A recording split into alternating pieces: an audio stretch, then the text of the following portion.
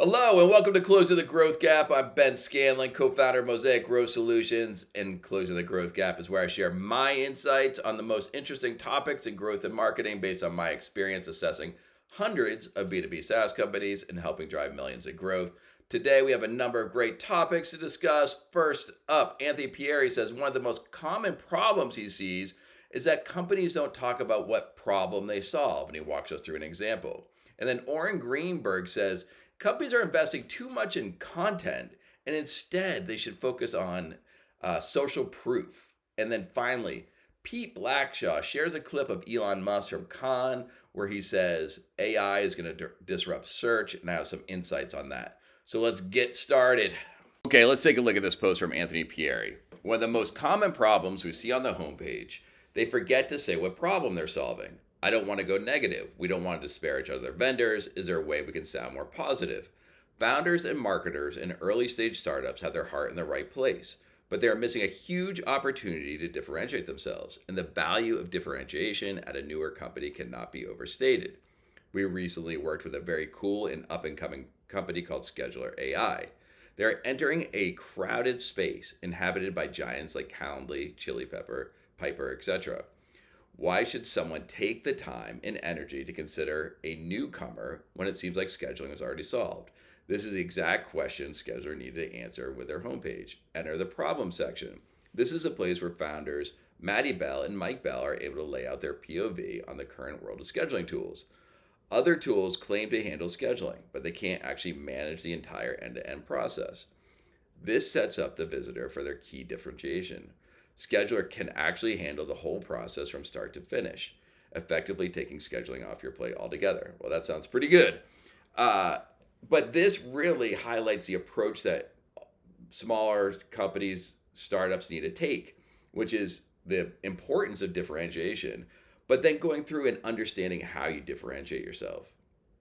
And as I shared in research from Cantor, that 80% of new customers 80% of growth for smaller businesses, for startups, comes from taking customers from their competitors. So that's your key there to understand how do you differentiate yourself. And just like they did here, they said, we handle end-to-end scheduling. If you go look at your competitor and say, what issues are their customers having? Why are they churning? Why are they leaving? What are they complaining about? Go through and solve those issues and then differentiate very clearly. Articulate why you're different, how you solve that problem, and then make it front and center. Put it on your homepage. And so it's not enough. I mean, you have a vision for what you're trying to accomplish, but this ties into what I said previously, which is about making enemies. Like here, schedulers should be saying, just scheduling a part, just handling a part of scheduling is not good enough. That's taking up people's time. That's wasting resources. Our enemy is wasting those people's time. We're going to handle it end to end so they don't have to deal with this. And so that's the enemy. That's what they're against. That's the problem they're solving for. So it may not necessarily be against Calendly, the company itself, but it's the problem they fail to solve that you're against. And that's your problem statement. And you need to be very clear and very articulate in that, because you're going to be capturing your customers from the customers that were previously with your competitor. So you need to solve their problem and you need to differentiate to really stand out. All right, next up, let's take a look at this post from Oren Greenberg. He says, marketers are over investing in content, which is interesting. You don't hear that much. I mean, everyone's like, produce more content, produce more content. But he says a more powerful lever is social proof, leveraging customer testimonials. And then he goes on to say, his point is people don't trust what you say about yourself, but what's the alternative? Social proof. And his recommendation is to shift your budget to incentivizing customers to produce content and forcing your product. Get them to post on LinkedIn, and then you amplify those posts using a paid budget. And of course, I love this. I'm a huge fan of word of mouth, and all the data shows word of mouth is the number one factor in driving growth. Everyone talks to someone else before they make a decision. Their consideration set is built by talking to other people. So why don't we make it as easy as possible for our customers to share? And that's what Oren's talking about here. Incentivize your customers to share. talking about your product is not going to be number one in the mind of your customers. They're not going to be thinking about this all the time. And so we have to make it as easy as possible for them and incentivize them. But the power is in that word of mouth.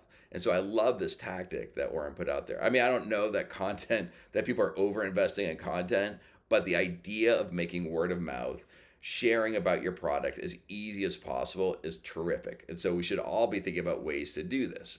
And Oren provides a good example here. All right, let's wrap up with this post from Pete Blackshaw. He says, this clip is shorter than a 30-second commercial, but it's one of the most important, consequential, and under-discussed sound bites flowing from Khan. And this is a clip from Elon Musk. Let's see what he has to say. There's going to be a significant disruption in internet search because really for internet search, you're just looking for an answer. So if the AI can provide you with a better answer than a bunch of links, then you'll prefer that over Google or Bing. So I think there's going to be quite a significant disruption in search. So his point is, look, when we're using search engines, we're just looking for an answer. And AI can potentially do that better than just returning a bunch of links. And of course, Google's moving in that direction with Gemini now. So it's probably pretty likely this is the direction we're headed in. My point on this, though, is that Google primarily has provided the economy for content. Essentially, content creators get paid in the search engine economy by traffic. So they create content with the expectation they're going to get paid by getting traffic to their website. How does that get handled in the world of AI? If they're answering the questions directly through the interface and not driving traffic, what's the incentive for people to create content? And this is a question that absolutely needs to be answered. There has to be incentive to create content. AI isn't creating original content. It's being fed by all the content that's been created by us previously. And up to this point, it's been great because people have had this incentive to create content. What's that incentive going to be moving forward? And so this is something we really need to figure out. And we need to think about this as businesses and how we grow. If we are driving, a lot of growth or driving a lot of traffic through content creation previously or had plans to, thinking about the world of AI is like, what is our incentive? How do we show up on AI? How do we actually drive business through this? And so there's a lot of just infrastructure answers that need to be, infrastructure questions that need to be answered as we head into this world of AI, because Google primarily has provided the infrastructure of the internet through their search engine. And so these are really important discussions. It'll be interesting to see how quickly this happens. What are the incentives going to be in this world? And what does this mean for us as businesses in terms of growth? So definitely a lot of future discussion here. Okay, 3 tips for driving growth today. First, make sure you talk about what problem your company solves. You should be against something. That problem should be your enemy. And so make sure you highlight how you solve that, the problem you solve and how you solve it. 2, make sure you invest in making word of mouth as easy as possible. Word of mouth is a powerful driver of growth, and so we want to find ways to enable it for our customers. And 3, AI is going to transform search. What does that mean for us as businesses? We need to make sure we stay ahead of that